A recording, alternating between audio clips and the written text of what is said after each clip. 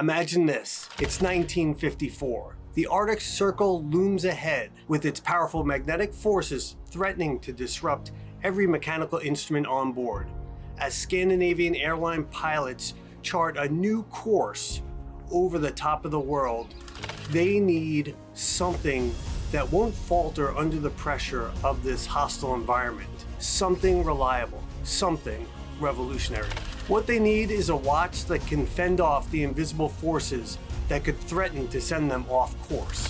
This is where our story begins. Not in the polished showrooms in Geneva, but the frigid skies above the North Pole, where necessity birthed a timepiece that would forever change horological history.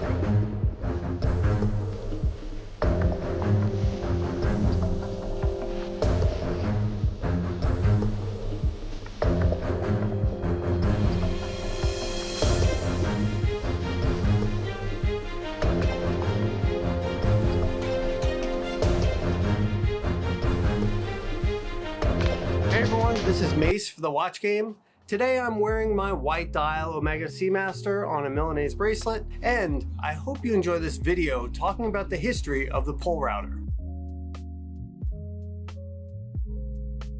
The post-World War II era saw a dramatic increase in commercial aviation, the likes of which we've never seen before. Travelers dressed in their finest suits and their elegant dresses, and they embarked on journeys their parents could only dream of. But behind this glamour, airlines faced fierce competition, with every minute of delay cutting into their bottom line. Scandinavian Airlines Systems had a bold plan.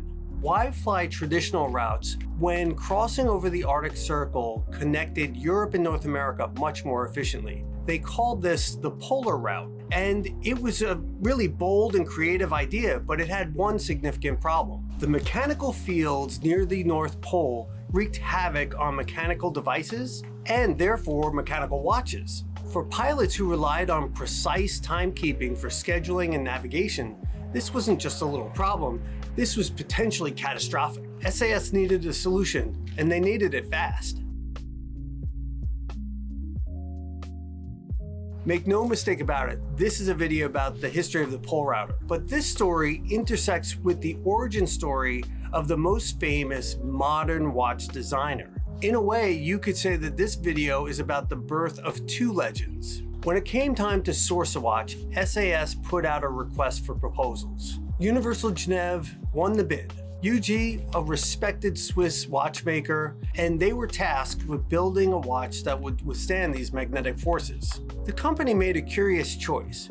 Rather than turning to an industry veteran, they turned to a 23-year-old jewelry designer, and they asked him to design this new watch for SAS. And that 23-year-old was Gerald Genta.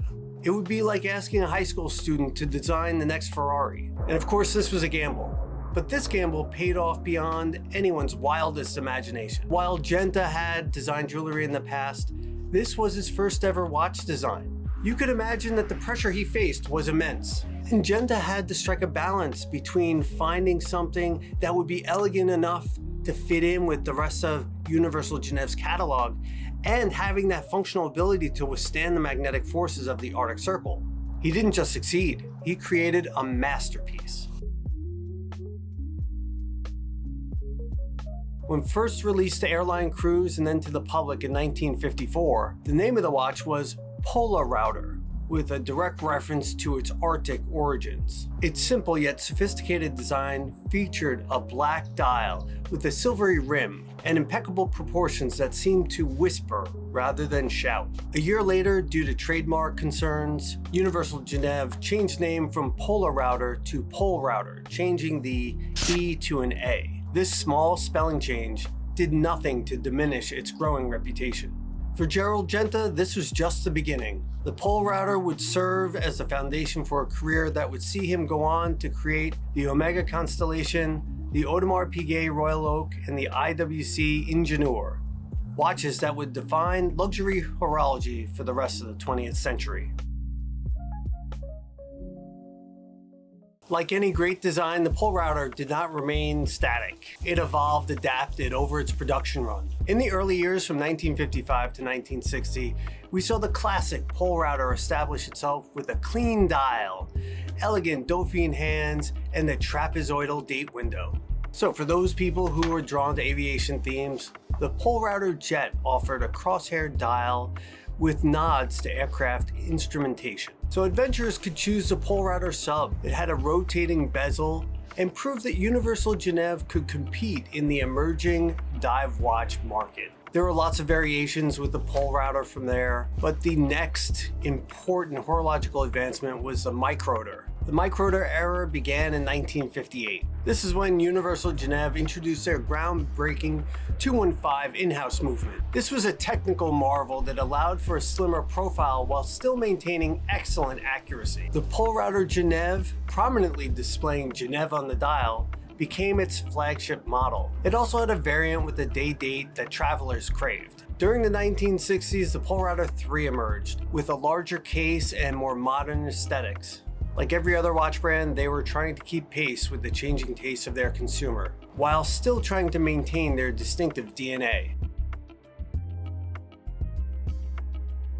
But even legends aren't immune to history's turning tides. The 1970s brought the Quartz crisis, a technological tidal wave that would go on to devastate Swiss watchmaking. As inexpensive battery-powered devices flooded the market, Swiss watchmakers, including Universal Genève, struggled to adapt. Production of the Polarouter declined sharply, and its production basically ceased to exist in the early 1970s. The company that had once stood among the great Swiss watchmakers now began a slow decline.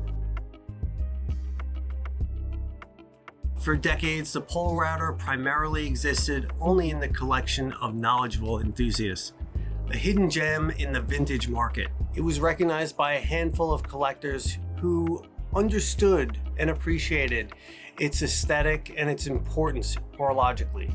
Over the last 10 years, Universal Genève has seen a renaissance among vintage watch collectors, and this includes both the tri-compacts and, of course, the Polarouter.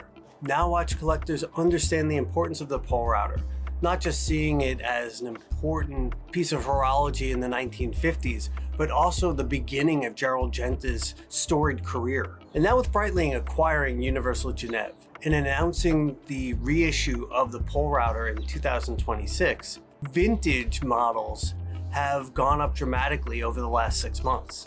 Just 2 to 3 years ago, you could find the Polarouter in the $2,000 to $3,000 range in good condition. But now that same watch, if available, would be around $4,000 to $5,000, and some models going up to $6,000 or $7,000, depending on condition. The Universal Genève Polarouter represents way more than just a solution to a technical problem. It embodies a pivotal moment when air travel was transforming the world, when a young watchmaker was revealing his genius for the first time, and when form and function achieved perfect harmony. Born from the challenges of crossing the Arctic Circle, the Polarouter became a bridge between watchmaking eras. It connected the traditional craftsmanship of mid-century Switzerland with modern watchmaking techniques that would define luxury watches for the 20th century. For collectors, historians, and anyone who appreciates the art of timekeeping, the Polarouter remains what it has always been. A remarkable testament to human ingenuity when necessity met opportunity in the frozen skies above the North Pole. I'm Mace, and this is The Watch Game, and if you like this video, give us a like and subscribe and all that good stuff, and I'll catch you in the next video. Take care.